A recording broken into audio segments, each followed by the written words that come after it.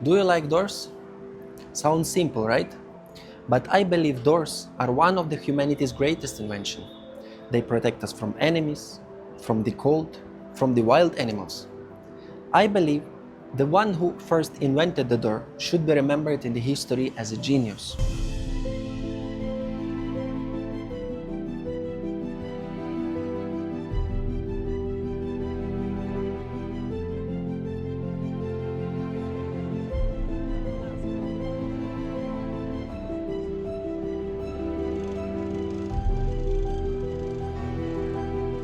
But I'm not talking about ordinary doors.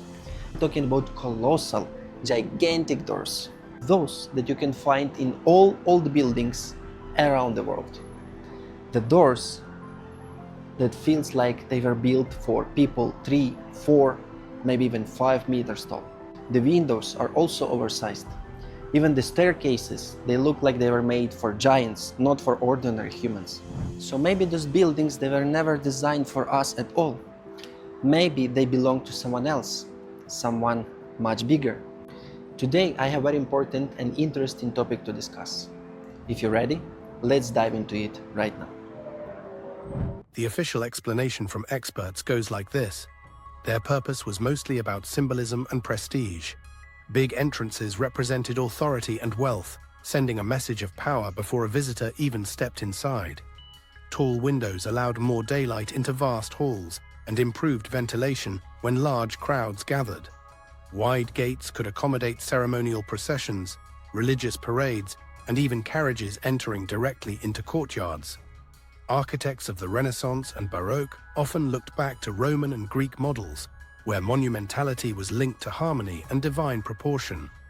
Following Vitruvian principles and later Palladio's theories, large-scale design was seen as a reflection of cosmic order.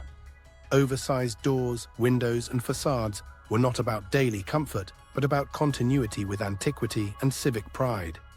In short, builders created spaces that were bigger than life to impress and overwhelm. It was fashion, tradition, and a way to remind ordinary people of their place in front of greatness. And that sounds logical at first glance, but only if you don't dig deeper. When we analyze what this explanation is built on, things get interesting. Historians usually point to a handful of classical books. Let's look at them closely. Vitruvius in De Architectura, 1st century BC, gives us something practical.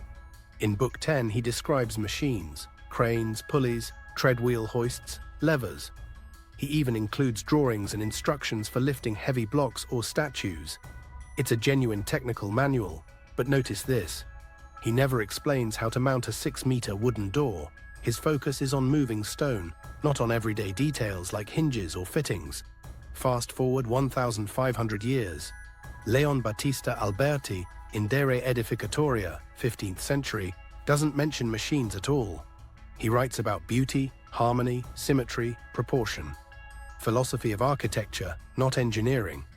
Andrea Palladio, in I Quattro Libri dell'Architettura, presents drawings of ancient temples, villas, and facades. He explains proportions, layouts, and structural balance. But again, nothing about mounting giant doors or fitting massive windows. His focus is on how buildings should look, not how they were built. Finally, Giacomo Vignola, in The 5 Orders of Architecture, 1562, deals only with proportions of columns and facades. Pure geometry, pure theory, no machines, no tools, no instructions. So if we step back, only Vitruvius provides any engineering details: cranes, pulleys, capstans. The others mostly write about theory, proportions, and aesthetics, which means the official version isn't grounded in manuals of construction, but in theoretical works written centuries later, themselves based largely on Vitruvius.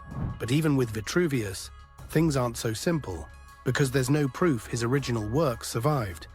Historically, we know such a person existed, but what he actually wrote, we will never know. His books were lost. Vitruvius in the 1st century BC was real. Roman authors like Pliny the Elder mention him by name. He wrote 10 books known as De Architectura, and ancient writers confirm their existence. But here's the catch: no manuscript written by Vitruvius himself has survived.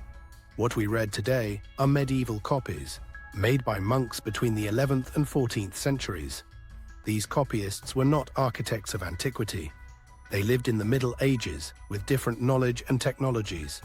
Their goal was not always to preserve every word, but often to adapt texts for their own time, to add examples that made sense to them, or even to insert instructions relevant to their own era.